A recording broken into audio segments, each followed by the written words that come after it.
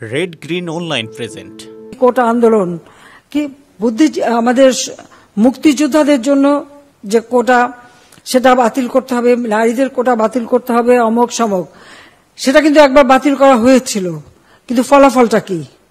Public service কমিশনের পরীক্ষার হিসাব যদি দেখা যায় তখন দেখা যাবে যে আগে যেখানে কোটা থাকতে মেয়েরা যে পরিমাণ সুযোগ পেত সেই পরিমাণ সুযোগ কিন্তু এই কয়েক বছরে আর পায়নি। এটা হলো বাস্তবতা। এমনকি অনেক অনেক জেলা, প্রত্যন্ত অঞ্চল, সে অঞ্চলের মানুষগুলি কিন্তু বঞ্চিত থেকে গেছে, তারাও চাকরি পাচ্ছে না। হাইকোর্ট ইতিমধ্যে, এবং এইরকম বঞ্চিত হওয়ার কারণেই কেউ মামলা করে, হাইকোর্ট একটা রায় দেয়।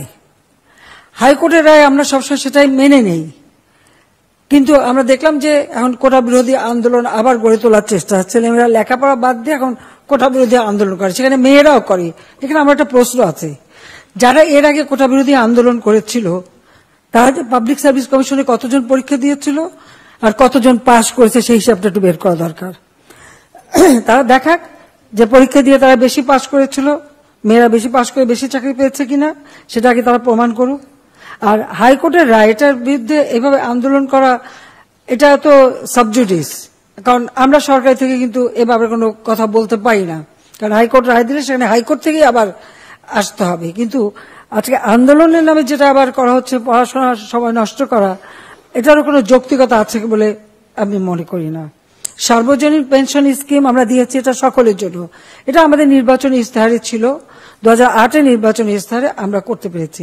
শুধুমাত্র সরকারি চাকরিজীবী তারাই পেনশন পায়, আর বাকিরা বঞ্চিত থাকে। কাজে কেউ যাতে বঞ্চিত না থাকে সেই জন্য কিন্তু বিভিন্ন স্তর ভেদে আমাদের এই সার্বজনীন পেনশনের ব্যবস্থা করা আছে। আমি মনে করি আমাদের যুব মহিলা লীগের যারা মেয়েরা প্রত্যেকে কিন্তু নিজেরা এই সার্বজনীন পেনশন স্কিমে যুক্ত হতে পারে নিজেদের একটা ভবিষ্যতে, যখন মানুষ বয়স্ক হয়ে যাবে বা কর্মক্ষম মতো থাকবে তখন কিন্তু একটা নিশ্চিত একটা অর্থ প্রাপ্তির সুযোগ আছে, জীবন জীবিকা চালাবার একটা সুযোগ আছে, এবং সেটা একেবারে নিম্ন স্তরের যারা, তাদের জন্য কিন্তু আমরা বিশেষ প্রণোদনা দিয়েছি। যারা একেবারে কিছুই করতে পারে না, খুব অল্প টাকা কামাই করতে পারে, তারা যদি 500 টাকা রাখে তো সরকারের পক্ষ থেকে তাদের জন্য আরো 500 টাকা দিয়ে তারাও এর জন্য একটা ভালোভাবে পেনশন পায় একটা বয়সকালে, এবং এটা কিন্তু আজীবন পাবে।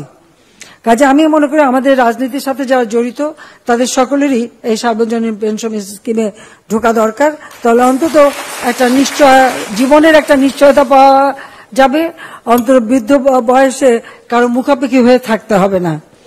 এই বিশেষ প্রতিবেদনটি যদি আপনাদের ভালো লেগে থাকে অথবা উপকৃত হন তাহলে অবশ্যই এই চ্যানেলটি সাবস্ক্রাইব করুন এবং লাইক, কমেন্ট ও শেয়ার করে রেড গ্রিন অনলাইনের সাথেই থাকুন। Thanks to everyone. Red green online.